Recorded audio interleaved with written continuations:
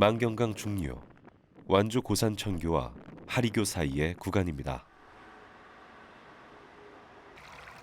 여기엔 190여 종의 식물군과 440여 종의 야생동물이 살고 있습니다.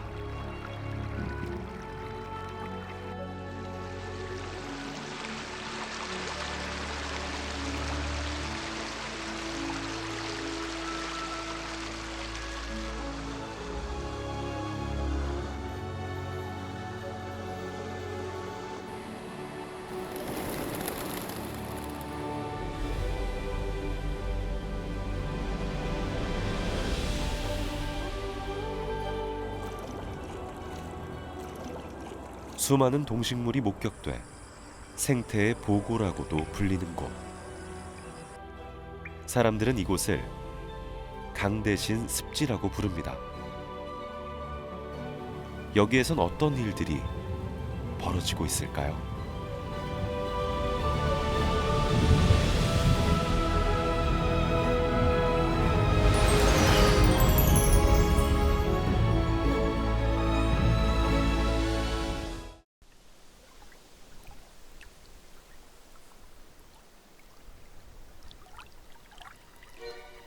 해가 지기 전인데도 사방이 트인 곳에서 살기 나타났습니다. 소리와 냄새의 감각으로 안전을 확인한 후 보를 건너갑니다.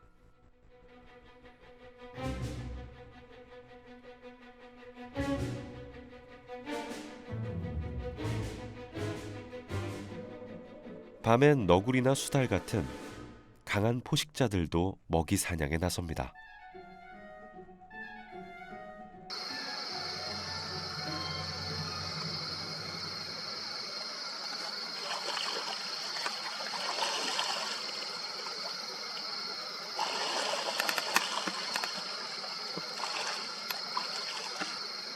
이곳 신천습지와 그 일대는 그야말로 야생의 현장입니다.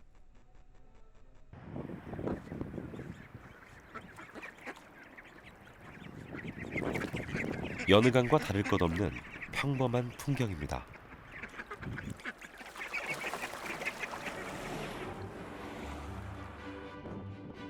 제작진은 이곳을 왜 생태의 보고라고 하는지 그 이유를 확인하고 싶었습니다. 습지의 일반적인 이미지와는 딴판입니다. 전주 도심에서 불과 10분 거리, 완주군의 삼봉 신도시에서는 3분 거리입니다. 인근에선 철도가 달리고 습지의 상류 쪽엔 새만금 포항 고속도로가 지나갑니다.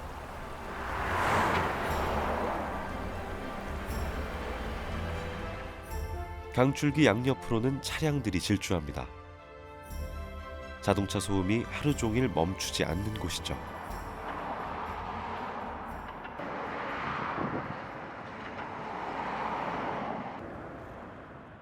제 방에 서면 습지가 한눈에 들어옵니다.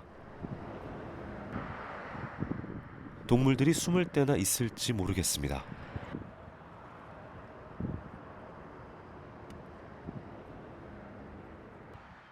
이런 곳이 어떻게 숱한 생명들의 보금자리가 됐을까요? 아니, 그 말이 맞기는 한 걸까요?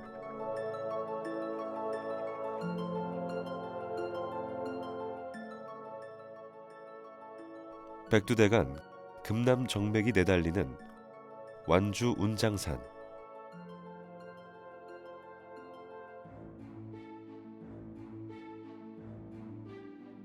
산줄기가 연석산에 이르면 서쪽으로 만경강 물줄기가 흘러갑니다.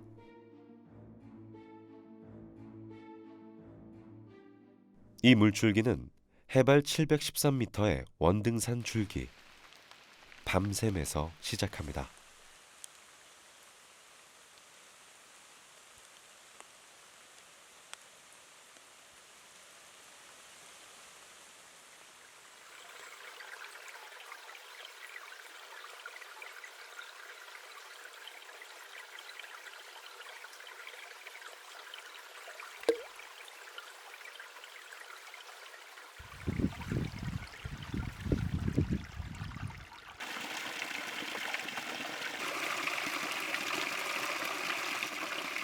이 맑은 물이 신천 습지로 흘러가는 만경강 200리길의 첫걸음입니다.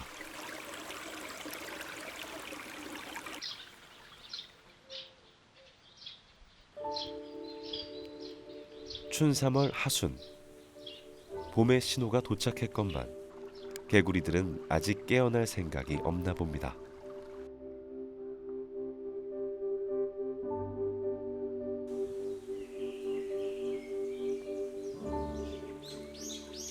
하지만 만경강 66개 모든 지류에서 봄은 어김없이 시작됩니다. 그 중에서도 최상류인 경천면 신흥계곡은 자연사 수수께끼로 불리는 이끼 도롱뇽의 몇 안 되는 서식지죠.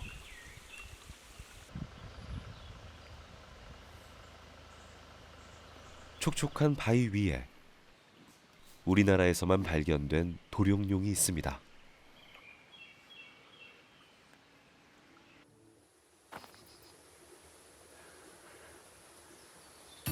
폐가 없어 오직 피부로만 호흡하는 이 녀석은 눈이 튀어나오고 등에 갈색빛이 도는 것이 특징입니다.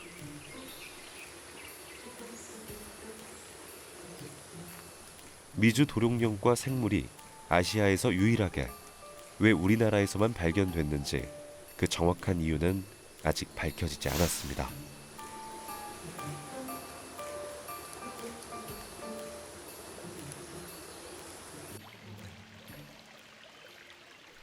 신흥계곡 물줄기는 고산면 소재지에서 본류와 합류한 뒤 신천 습지를 향해 달려갑니다.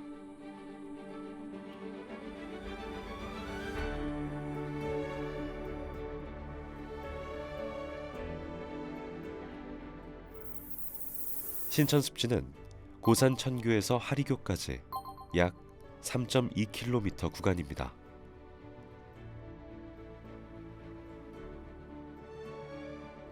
습지 안에는 일자형의 신천보와 기역자형의 벌덕보 두 개의 보가 놓여 있습니다. 소양천이 합류하는 회포대교 부근 강폭은 최대 700m에 이르죠.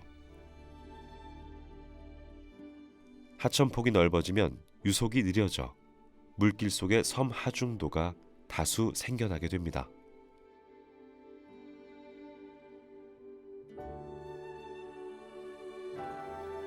수중보와 느려진 유속이 자연스레 습지가 발달하는 원인으로 작용하게 됐습니다.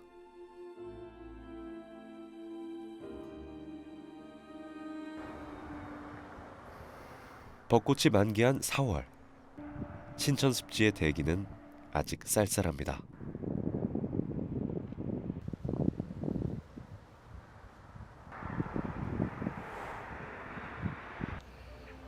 봄의 시작을 알리는 건 물가 옆 작은 봄꽃들이죠.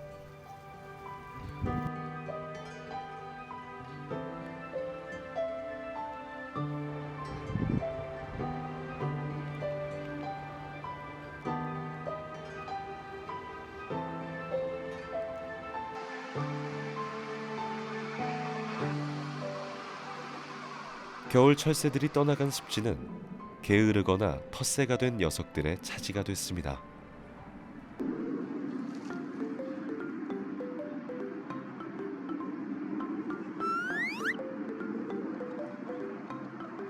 이곳에서 볼 수 있는 많은 새들은 습지 안팎을 넘나들며 살아갑니다.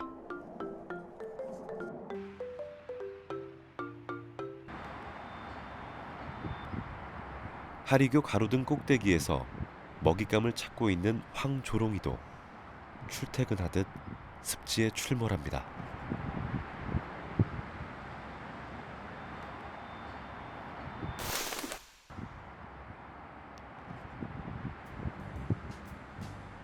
쥐 사냥에 성공한 녀석이 포획물을 확인하기 위해 하리교 상판 아래로 날아갑니다.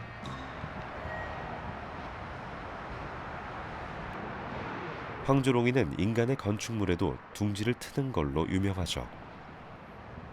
이 녀석도 습지 주변 어느 아파트 베란다로 날아갈지도 모릅니다.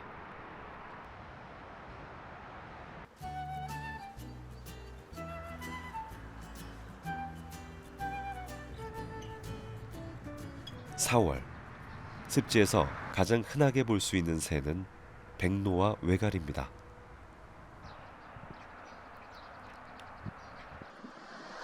백로와 유사한 황로도 쉽게 관찰할 수 있습니다.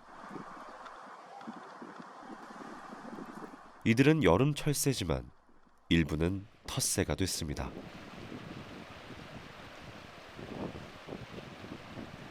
백로는 얕은 물 위를 걸어다니며 먹이 활동을 합니다.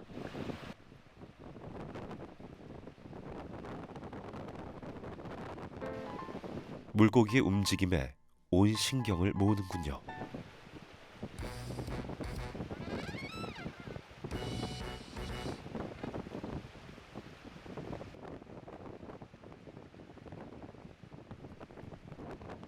백로들이 먹이를 마음껏 탐하는 이유는 4월부터 번식기가 시작되기 때문입니다.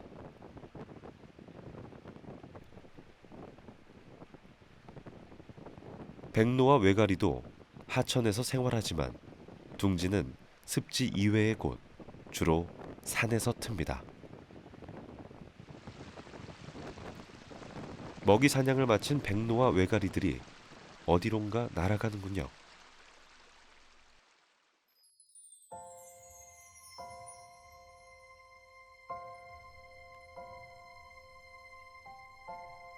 습지에서 5km 거리에 있는 전주 건지산입니다. 백로 외가리들의 번식처죠.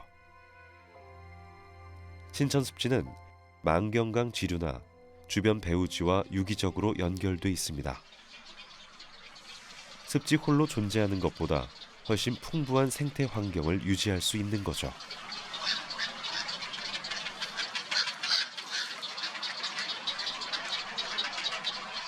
백로와 황로들이 둥지를 지을 재료를 모읍니다.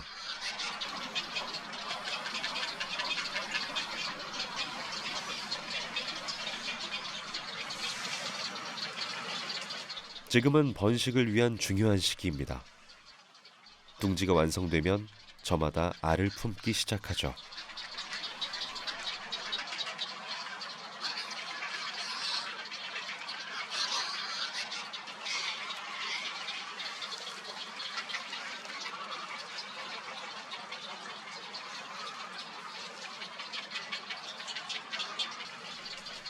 해오라기도 백로나 외가리 무리 속에서 산란을 합니다. 상층부는 외가리들이 차지했군요. 벌써 알을 깨고 나온 외가리 새끼들입니다. 외가리는 한 번에 서너 개의 알을 낳죠. 새끼들은 어미새와 교감하며 세상을 바라보기 시작합니다.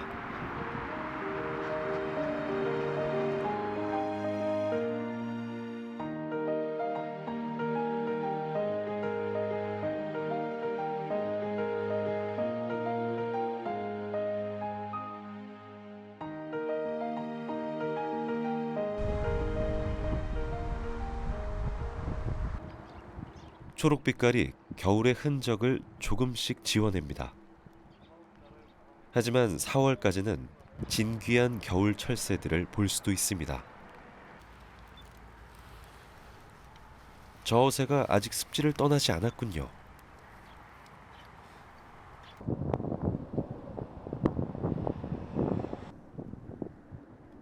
벌덕보 부근의 하중도 사람의 발길이 닿지 않는 곳입니다.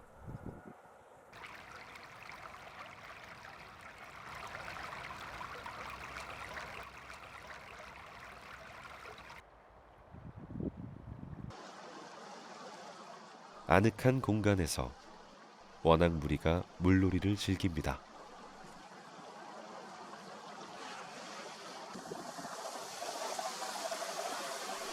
이런 풍경은 제방이나 자전거 도로에서는 볼 수 없습니다.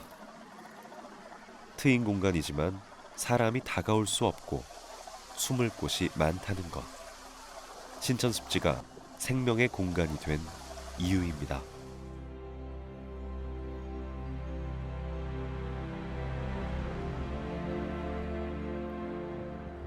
강의 한복판에 만들어진 작은 자갈 섬들도 새들만의 공간입니다.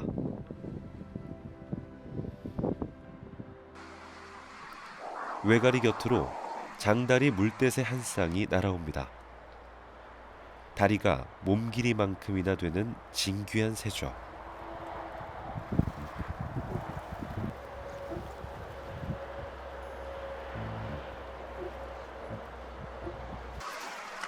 머리깃이 새카맣고 몸통색이 진한 새가 수컷입니다.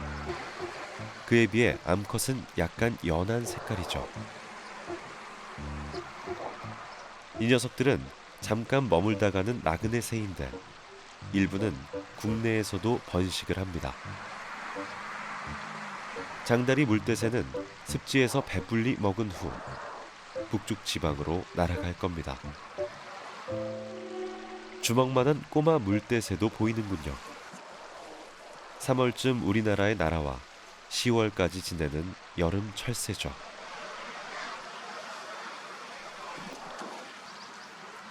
눈 주위의 노란 태로 흰목 물대새와 구분할 수 있습니다. 습지에는 군데군데 이런 자갈 지형들이 있습니다. 꼬마 물대새가 선호하는 번식 장소죠.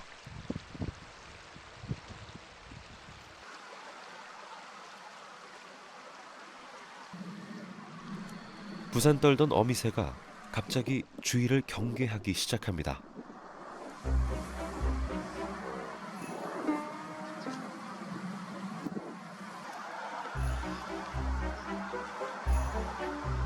알을 품습니다.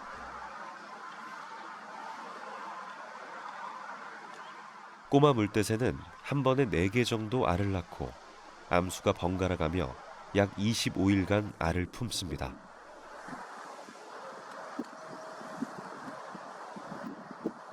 꼬마 물대새는 이곳 자갈섬에서 아기 물대새를 무사히 만날 수 있을까요?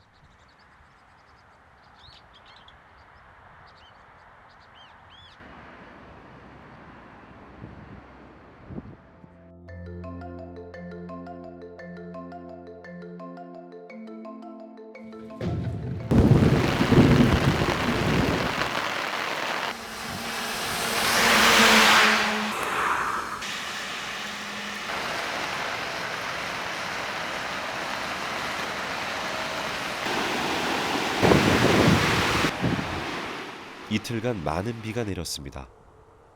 습지의 수위는 강우량에 따라 민감하게 영향을 받습니다.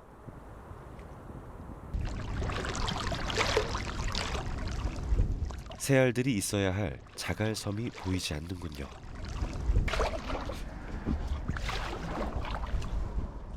간밤의 큰 비로 자갈섬은 물론 물대새 둥지까지 강물 속에 잠겨버린 겁니다. 올봄 종을 이어가려던 꼬마 물대새의 첫 산란은 실패로 끝나고 말았습니다.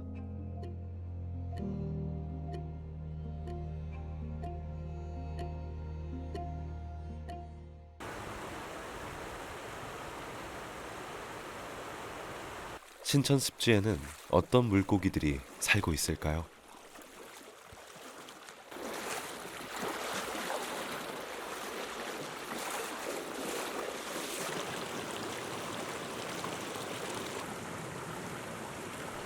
보에 설치된 어도를 통해 물살을 거스르는 물고기들이 보입니다. 참 갈견이입니다.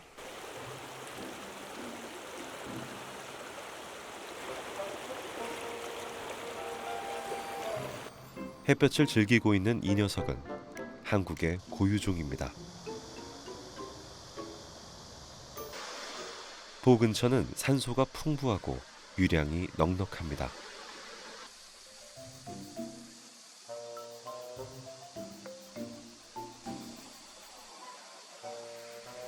뱀처럼 생긴 이 녀석들은 가물치입니다. 공격성이 강한 육식성 어종으로 하천의 최상위 포식자죠.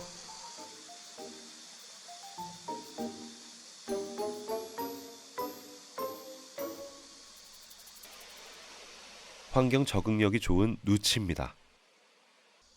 큰 덩치 덕에 가물치 앞에서도 여유롭습니다.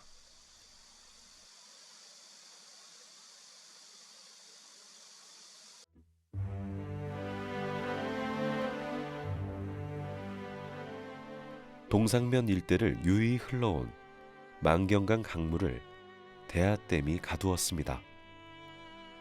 농업 용수를 저장하고 홍수를 조절하는 역할을 하죠.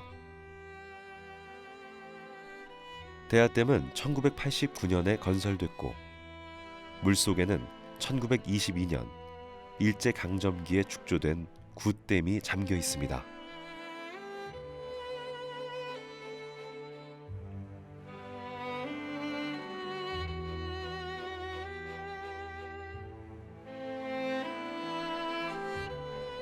마르지도 넘치지도 않는다.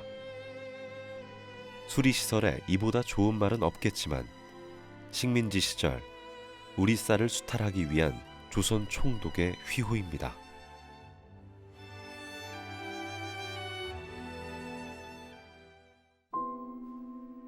댐에서 약 9km를 흘러가면 완주군 고산면 어우리.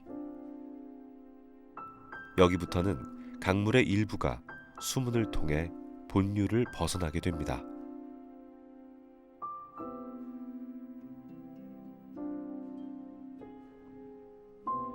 대간선 수로입니다. 만경강 강물을 호남 평야의 중심으로 흐르게 하는 63km의 인공 도수로죠.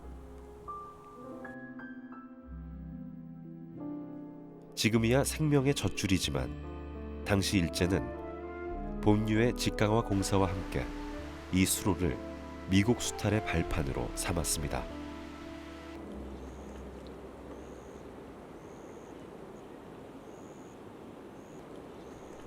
대간선 수로는 수위가 낮을 때 만경강의 물고기를 관찰하기 좋은 장소이기도 합니다.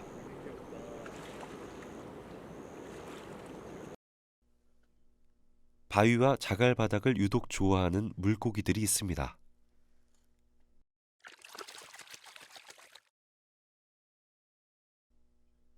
모래바람을 일으킨 건 참종개였습니다. 한국의 고유종이죠. 전북대학교 김익수 교수가 세계 최초로 분류해 학술명을 익수키미아 코리엔시스라고 명명한 우리나라에만 있는 물고기입니다.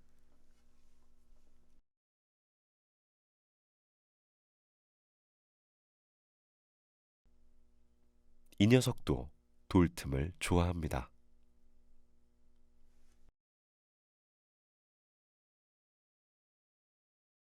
퉁사리는 금강과 만경강, 영산강 일부에서만 발견됩니다.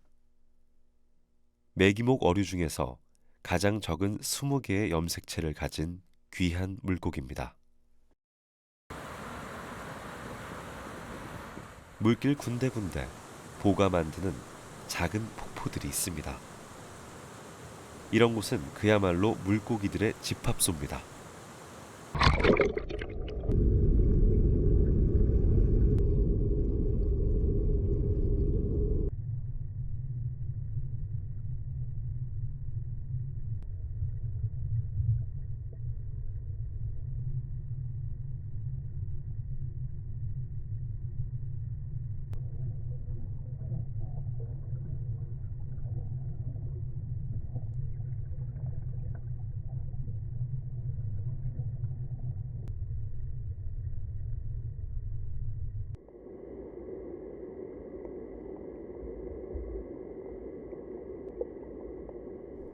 수많은 돌고기들 사이로 지느러미 모양이 다른 게 있습니다.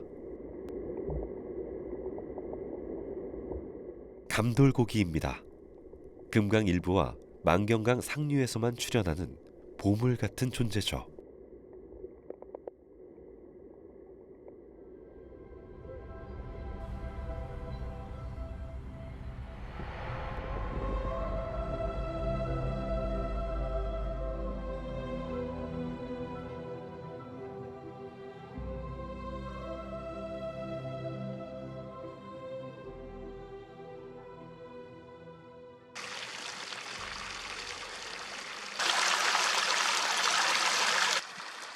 5월 말, 제방 너머 들판은 논농사로 분주합니다.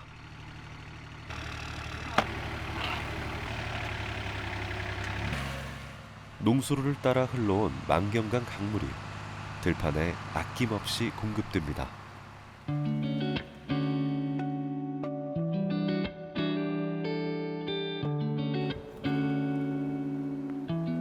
4월이 벚꽃이라면 5월은 이팝나무 꽃입니다. 흰쌀밥 같은 꽃을 이고 습지를 바라보죠. 물가에선 비슷비슷한 사초류들이 쑥쑥 얼굴을 내밀더니 단숨에 1미터를 넘어섭니다.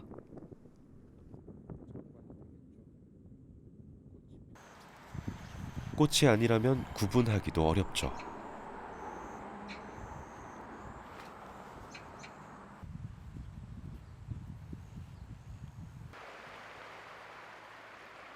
강물 위에서는 어리 연꽃과 같은 수생식물들이 나타납니다. 신천습지처럼 이렇게 다양한 식생들이 모여 있는 곳은 흔치 않습니다.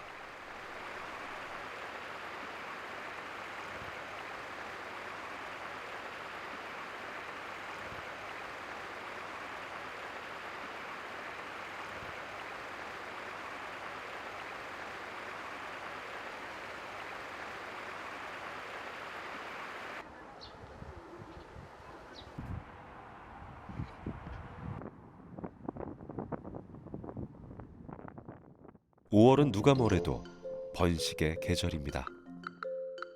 습지의 풀숲에서 작은 곤충들이 종족을 이어가기 위해 짝짓기를 하고 있습니다.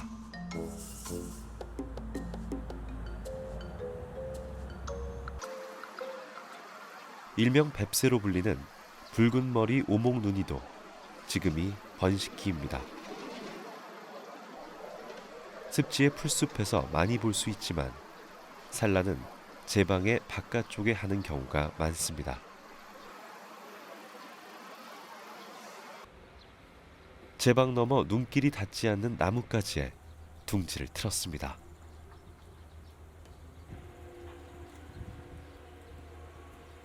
어미새가 없는 틈을 타 들여다보니 이미 산란을 마쳤군요. 5개의 청록색 알이 보입니다.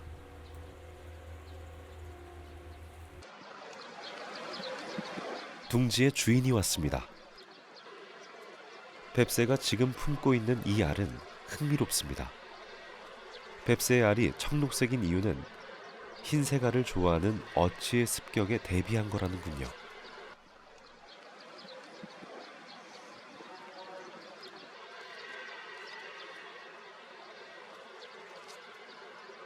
그렇다면 뱁새의 알은 모두 청록색일까요?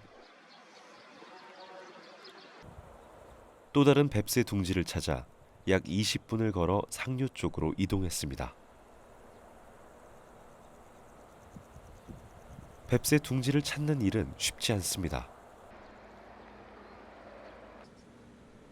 길가 숲에서 뱁새 새끼들의 움직임이 포착됐습니다.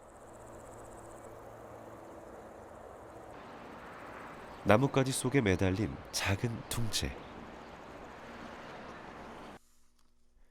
그 안에 있는 손가락 한 마디 크기의 뱁새 알. 흰색이군요.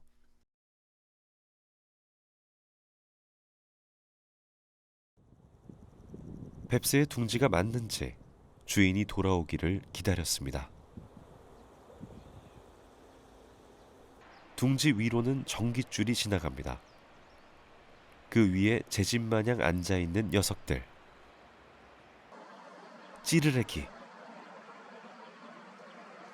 파랑새, 그리고 이 녀석, 뱁새가 두려워하는 뻐꾸기입니다. 뻐꾸기는 뱁새 둥지에 알을 낳는 탕란으로 유명하죠.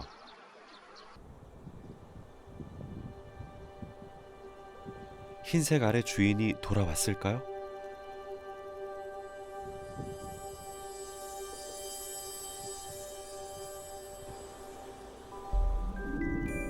뱁새입니다. 이 녀석은 자신의 둥지를 호시탐탐 노리는 뻐꾸기의 탕란을 막기 위해 청록색에서 하얀색으로 알의 색깔을 바꾼 겁니다. 어치와 뻐꾸기의 위협에 맞서 종을 이어가려는 뱁새 알의 신비입니다.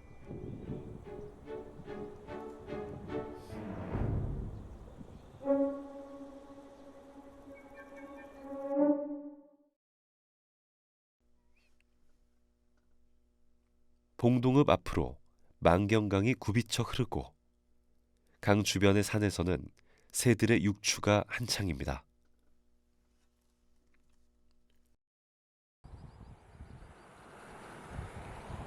숲이 우거진 작은 돌산의 정상 부근, 수리부엉이들이 움직입니다.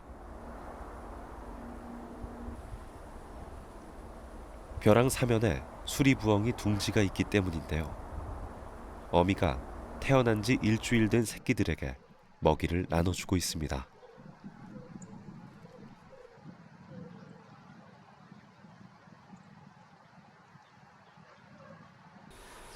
아빠 부엉이는 둥지 밖 나뭇가지에서 경계를 서고 있죠. 새끼들이 둥지를 벗어나는 데는 보통 6주 정도 걸립니다. 자기들끼리 솜털도 골라주고 사이좋게 지냅니다. 이때쯤이면 엄마 수리 부엉이는 더 이상 음식을 발라주지 않습니다. 아빠가 사냥해온 꿩고기를 먹고 싶으면 따라오라는 듯 날아가 버립니다. 걸음마와 날갯짓을 유도하는 거죠.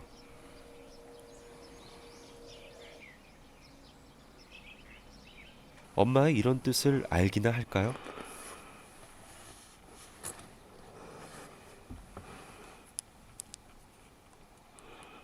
새끼들은 어쩔 수 없이 큰 쥐를 통째로 먹어보기도 합니다.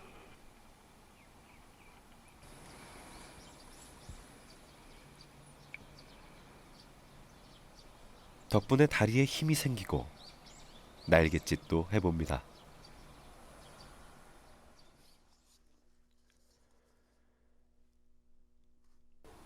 드디어 새끼들이 둥지를 벗어났습니다.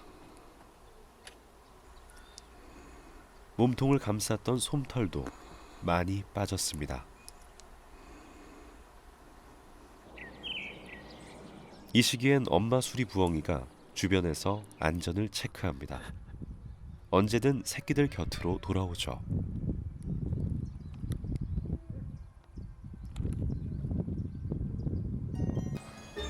새끼들의 날갯짓 훈련이 위험해 보였나 봅니다.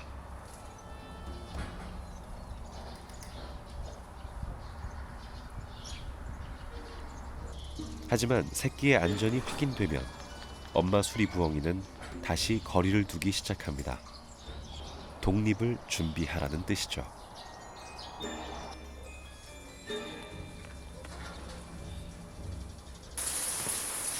며칠간 세찬 비가 내렸습니다. 새끼 수리 부엉이들이 꼼짝없이 비를 맞습니다.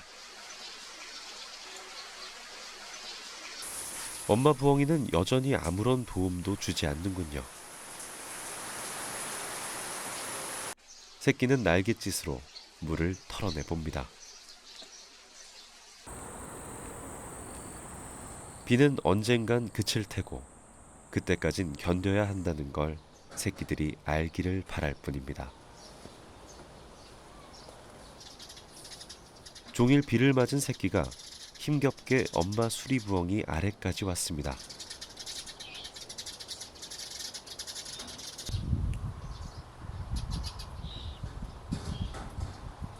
엄마 부엉이는 알면서도 눈길 한번 주지 않습니다. 냉랭한 분위기를 눈치챘지만 새끼는 엄마 곁에 다가가 봅니다.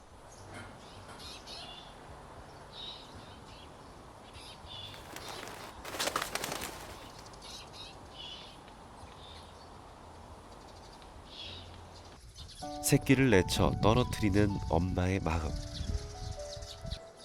혼자 힘으로 사냥하며 맹금류의 위험을 보여야 한다는 뜻일 겁니다.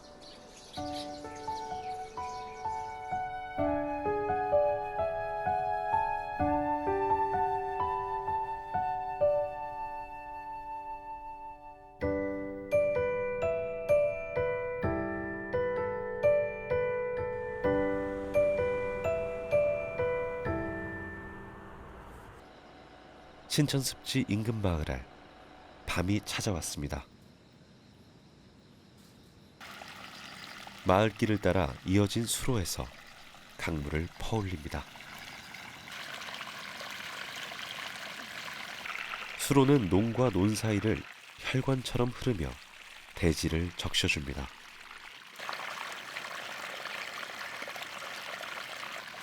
이곳 농수로에는 귀한 생명체가 살아가고 있습니다. 물 흐름이 적은 곳, 금개구리입니다.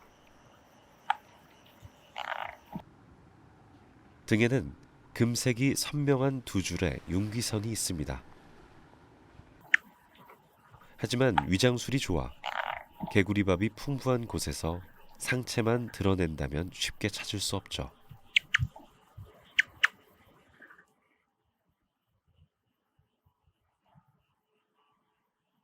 금개구리는 우리나라 고유종입니다. 이곳을 포함해 극히 일부 지역에서만 서식하고 있죠. 아직까지 전통 농수로가 보존돼 있고 수로 옆 논두렁 흙에 들어가 쉽게 동면할 수 있기 때문입니다. 물속에는 먹이가 되는 각종 수서 생물들도 풍부합니다.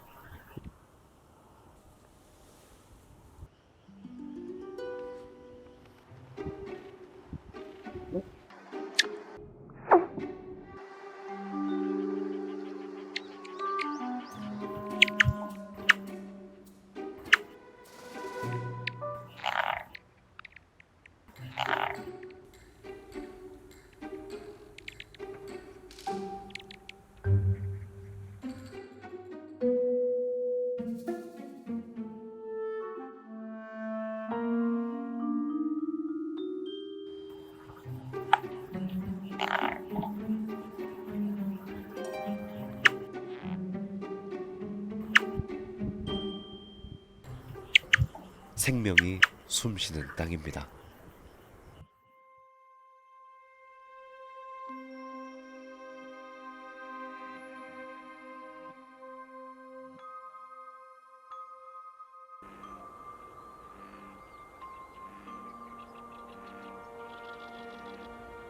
새벽 5시가 가까워오자 신천 습지의 하늘이 붉어집니다.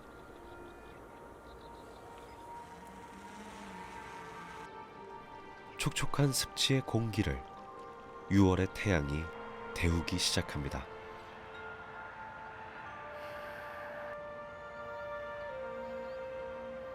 습지의 하루가 이토록 장엄하게 열릴 거라고는 상상하지 못했습니다.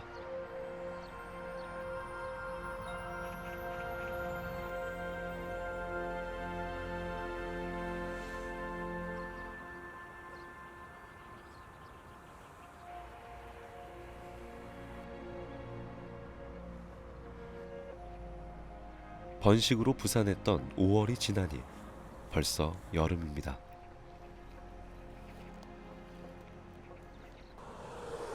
제방 경사면의 식물들은 어느새 바뀌었습니다. 4월에 올라왔던 봄꽃들 위로 여름 식물들이 덮였습니다.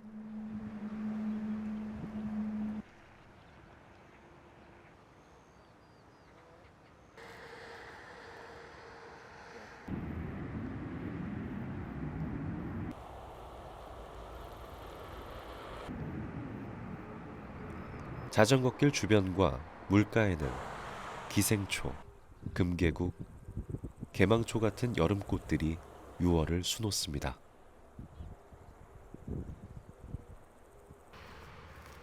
그중 하나, 눈길을 끄는 식물이 있습니다.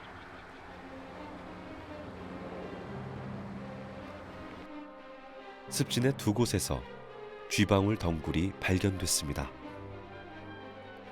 꼬리 명주나비 애벌레가 유일하게 먹는 식물이죠. 이 식물이 있다면 꼬리 명주나비를 볼 수도 있습니다. 장자보 인근 제방입니다.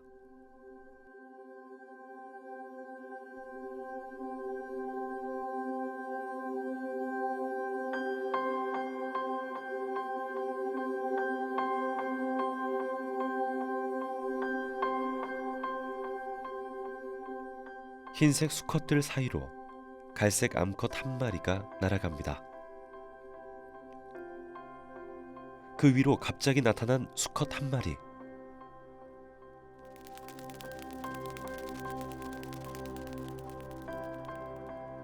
암수 한 쌍이 나뭇가지에 자리를 잡습니다. 수컷은 아래에서 거꾸로 매달립니다.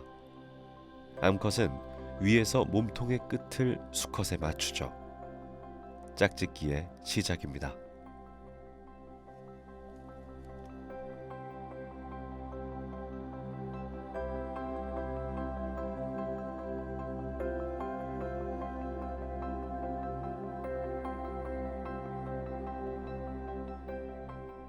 암수 꼬리 명주나비는 짝짓기를 마친 후 며칠 내로 생을 마감하게 되지만 아랑곳 없습니다. 종을 이어가려는 속성이죠.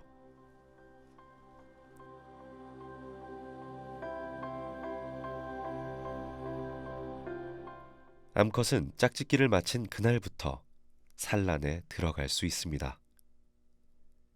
쥐방울 덩굴 이파리에 매달려 천천히 한 알씩 한 알씩 알을 낳고 있습니다.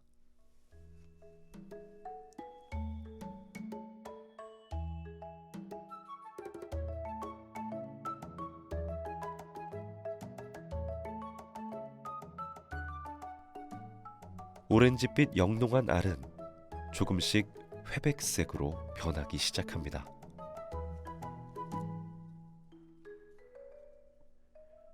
암컷이 낳은 알은 100개에서 120개 사이, 모두 쥐방울 덩굴 이파리나 줄기에 서죠.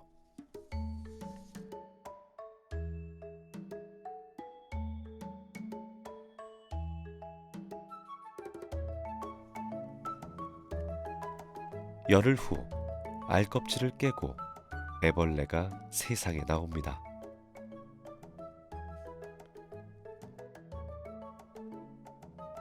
애벌레들은 군집 생활을 하다 몸집이 커지면 단독 생활을 시작합니다.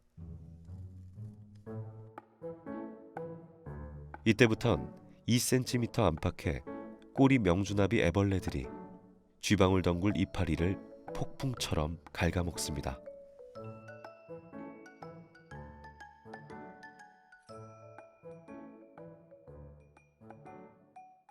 배불리 먹은 애벌레들은 나무 줄기에 자리를 잡고 번데기로 변신합니다.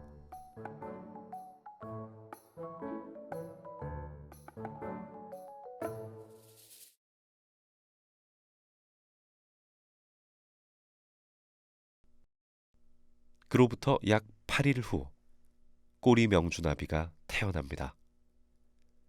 하지만 날개가 마를 때까지 움직이지 않고 매달려 있어야 합니다. 떨어지기라도 하는 날엔 생명도 사라집니다.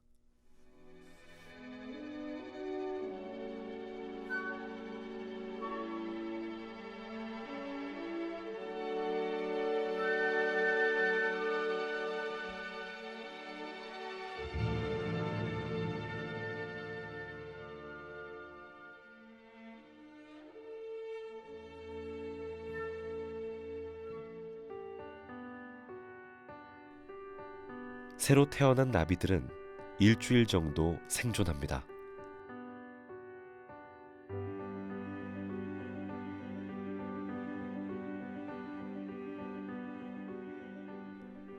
바람을 타는 활강, 이보다 더 우아한, 이보다 더 스윗한 비행을 본 적 있으신가요?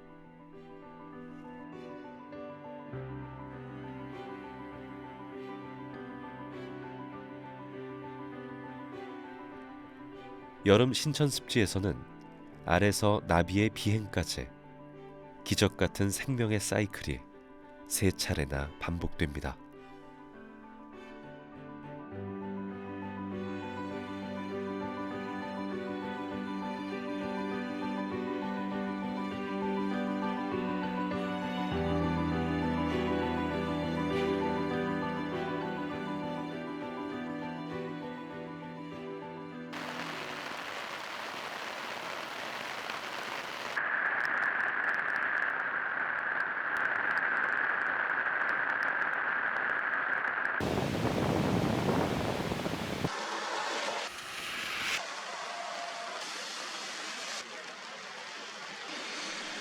올여름 유난스러웠던 장맛비에 습지가 통째로 잠겼습니다.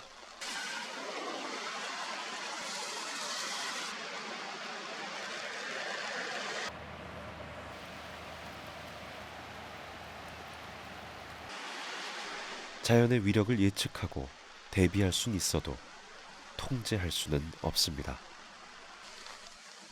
습지 역시 자연의 법칙에 따라 잠기는 날도 마른 날도 있겠죠.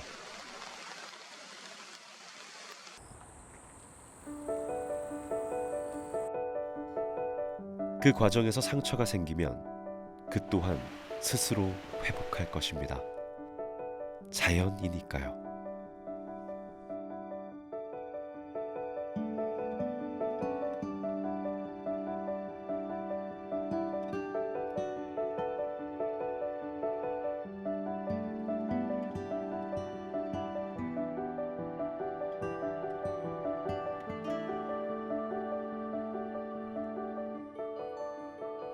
장마가 끝나고 열흘도 지나지 않아 습지는 본래의 모습을 거의 회복했습니다. 폭염이 시작돼 새들은 눈에 띄게 줄었지만 다른 동식물들은 무슨 일이 있었냐는 듯 다시 자리를 잡아갑니다.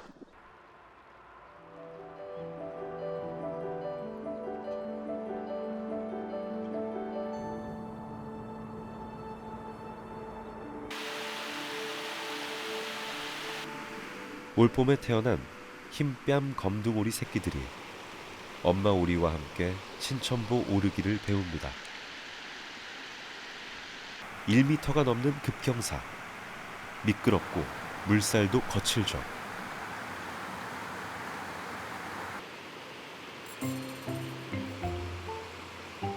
몇 번을 시도하지만 쉽지 않습니다. 결국 엄마 오리가 시범을 보입니다.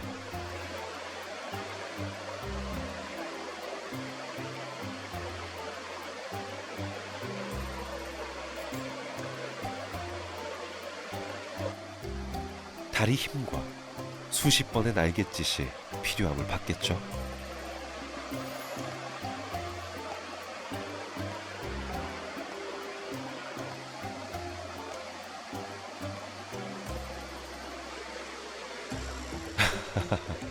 아직은 때가 아니군요. 좀 더 먹고 힘이 세져야 가능하리라는 걸 엄마 우리도 알고 있을 겁니다.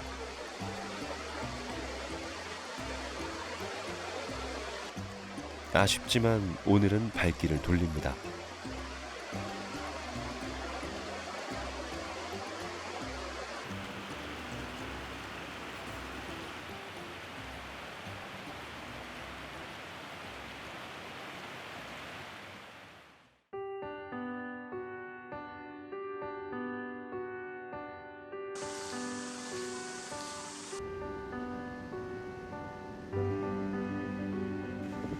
제방 너머에서 벼들이 무럭무럭 자라는 동안 습지의 한복판에서는 연꽃이 활짝 피었습니다.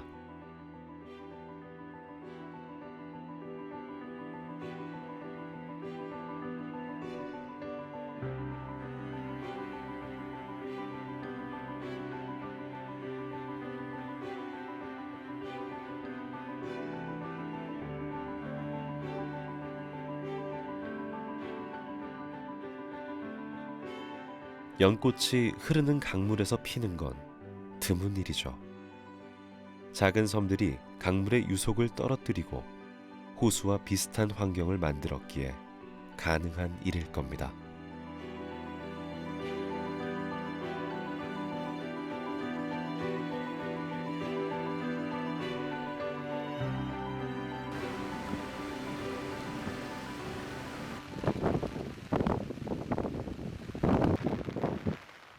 장마가 지나가자 이번엔 태풍입니다.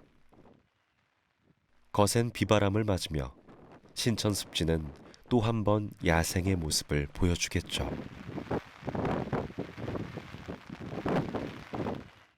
시련이 있기에 회복은 더 극적입니다. 어떤 난관에 부딪혀도 스스로 헤쳐나가는 400여 종의 야생 동물과 190여 종의 습지 식물이 우리와 그리 멀지 않은 거리에서 살아가고 있습니다.